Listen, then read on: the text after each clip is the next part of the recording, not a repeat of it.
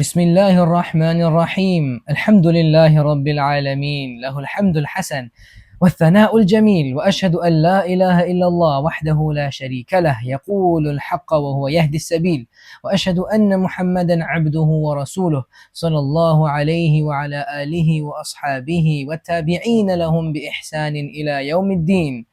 Amma ba'd. So we were in our introduction to Arabic grammar and we were using the book Zahratun Nahu, and we finally reached the topic and the chapter of Al-Mansubat, those words in Arabic grammar, in the Arabic language that will be in the nasab case, which is normally identified with a fatha. And as you can see here, there's 12 words, there's 12 sub chapters to do within this big chapter. And if you actually look at the last four from 9, so if you look at 9, 10, 11, 12 of this chapter, you'll see that these from 9 to 12, they are chapters that we have already done before. Because, and the reason why these chapters are mentioned again here is because the chapters from 9 till 12. So الحروف المشبهة بالفعل لا التي لنفي الجنس الأفعال الناقصة, or also known as كان وأخواتها, and ما ولا المشبهتان بليس. Those are 4 chapters in Arabic grammar where they involve keeping words in the rafa' case and moving them to the nasab case. So these 4 chapters, they do a bit of both. That's why they're in the chapter of Al-Marfu'at, and that's also why they're in the chapter of Al-Mansubat. Okay, so moving on and starting this chapter of Al-Mansubat, those words that are going to be in the nasab case. So the first chapter is Al-Maf'ul bihi, and that basically means the object of the sentence. Al-Maf'ul bihi means that word that comes in a sentence that is basically the done upon word. It's basically that word that the action of the verb is doing to this word. So the action of the verb is doing the action to this word, and that word is the maf'ul bihi. And normally, like people who have some sort of, they've heard something about Arabic grammar before, then they might have heard about a mubtada, a khabar, a fa'il, and a maf'ul. When you say maf'ul عند الإطلاق, when you say maf'ul, and you just say it generally, just maf'ul, you have fa'il and maf'ul. That maf'ul is normally referring to this type of maf'ul. And if you stick along and you watch this video and the next video, you'll see that there are many types of maf'uls in Arabic grammar. And the most common one cited, and the most common one that people talk about when they just say maf'ul without mentioning which type it is, then they're normally referring to this one, which is known as al-maf'ulu bihi, and it's that type of word that it's the object and it's the done upon word. The meaning of the verb is, and the action of the verb is being done to this word. So now a very good example is ضرب زيد عمرا. So if you were paying attention in the previous lessons, then you'd know that the word Zaydun has dhamma because it's in the rafa' state. And why? Because it's the doer of the verb daraba, which means he hit. So it means Zayd hit. And then Amran it has 2 fatha on the word. And it's in the nasab case. Why? Because it is al-maf'ul bihi. Because it is al-maf'ul bihi. It is the done upon word. It's that word that the action of the verb is doing to. Amran has 2 fathas on it. And it's in the nasab case because Amr, the person Amr, the hitting was done to him. So that means Zayd hit Amr. Meaning that Amr was the person who was hit. Meaning the done upon. That word which the action was done upon. Okay, and that is al-maf'ulu bihi. And now to go through the examples that the author has given here. So he mentions al-khubzu, and that means bread. So he said, akala Muhammadun al-khubza. That Muhammad ate the bread. Akala Muhammadun al-khubza. Akala means he ate. Muhammadun has 2 dhamma on it. It actually has a noon on there, but just forget that. It has two dhamma.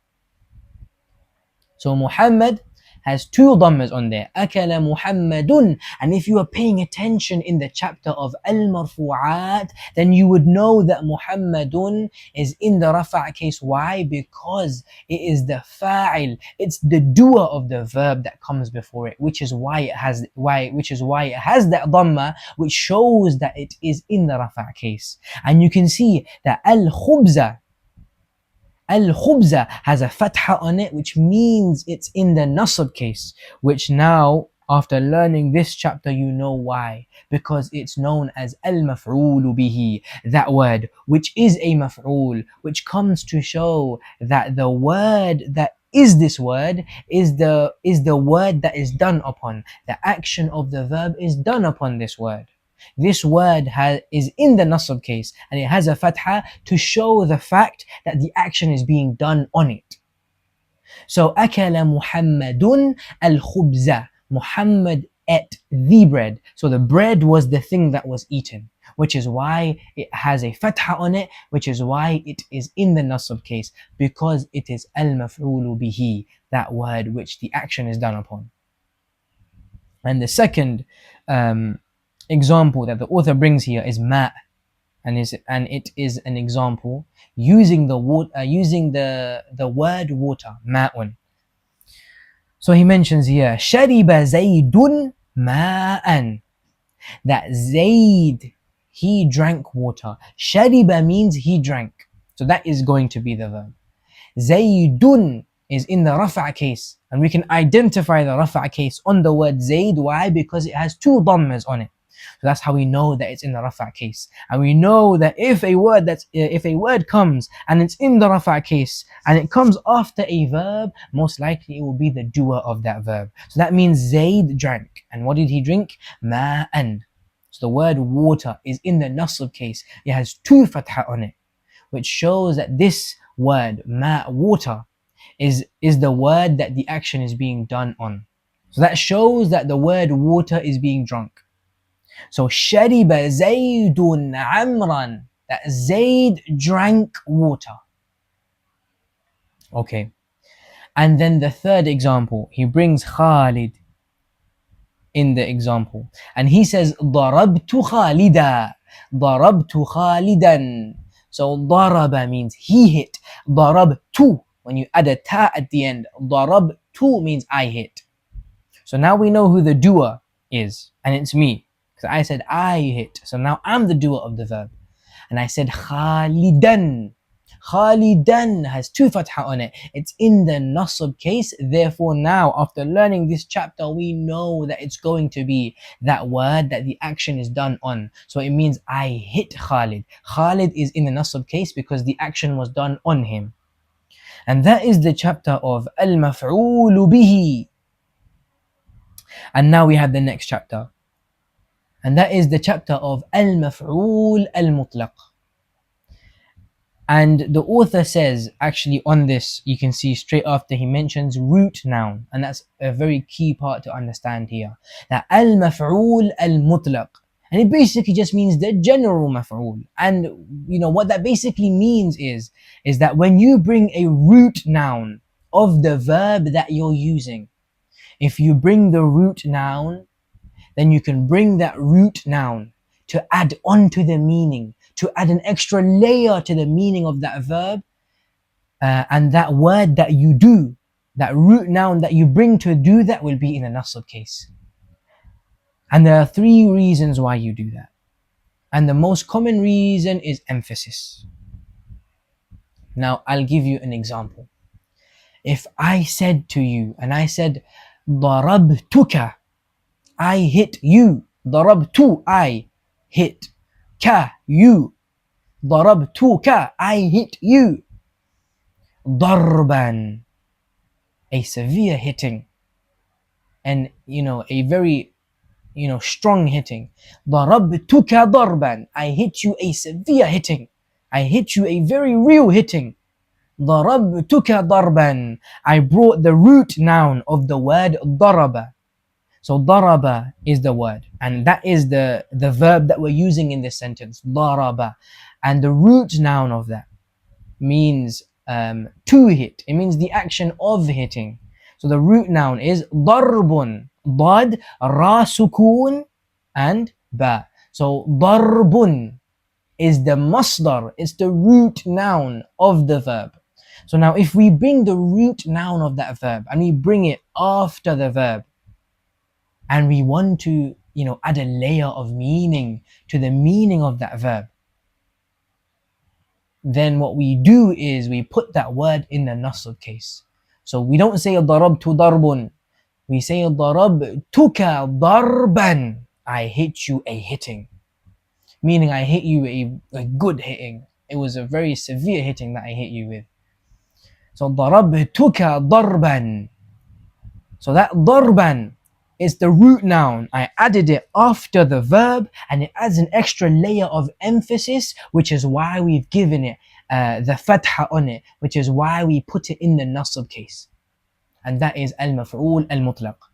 Where it's basically you add the root noun after the verb and it comes to add a layer of meaning on top. And the first and most common way this is done is to give emphasis to the verb. And the second one now is what I'm going to give you. And it's when you bring the root noun after the verb and you want to add a layer of meaning, but it's not for emphasis. It's to show how many times this action was done. So now you bring the root noun and you add a ta marbuta at the end. So now the root noun is darbun, you add a ta marbuta at the end and you say darbatun. So ضاد, ra sukun, ba maftuh, ba with a fatha, and you add a ta marbuta with two fatha on it because it's in the nasb case. So ضربتك ضربة, that means I hit you, but I hit you only once. ضربتك ضربة, I hit you once. And that is the second way al-maf'ul al-mutlaq is used, where you bring the root noun, you add a ta marbuta on it, and you're adding a layer of meaning, but it's not for emphasis. The layer of meaning that you're adding is how many times was this action done. And then the last and the final one that we're going to go over is the third way you bring al-maf'ul al-mutlaq. And it's basically you bring the root noun, you bring it after the verb. You bring it after the verb, you put a ta marbuta on the end of the root noun. So you add a ta marbuta, but the first letter of that root noun, you put a kasra on it. And when you do that, and when you bring that version of the root noun after the verb, you're adding a layer of meaning. But that layer of meaning you're adding this time is not for emphasis, and it's not to show how many times this action was done. This time, it shows how the action was done. So now I'll give you an example. If I say ضربتك, that means I hit you. And if I say ضربتك ضربة الأسد, that means that I hit you the same way a lion would hit you. I hit you the hitting of a lion, basically. ضربتك ضربة الأسد, I hit you the hitting of a lion. And that's the third usage of al-maf'ul al-mutlaq.